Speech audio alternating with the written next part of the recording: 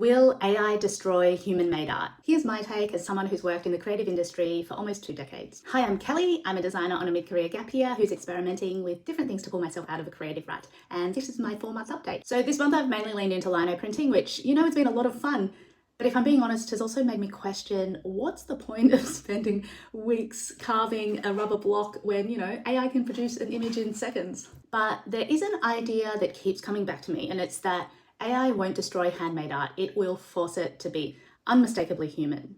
I think that machine-made and handmade are becoming two completely different things, with different purposes and values, and there'll be space for both, but we'll need to be really intentional about what makes them different. Anyways, here are my thoughts on what handmade creators will need to lean into to live alongside the machines. The first is imperfection.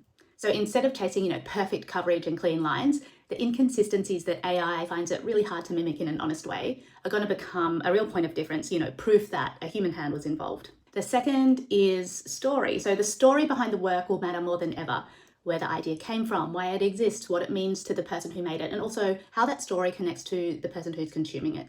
And the third is process. So as much of a pain in the ass as it is, I think documenting the making will become vital, not just, for marketing purposes, but as evidence that this wasn't generated, it was created. Anyways, those were the musings for the month based on my artistic output.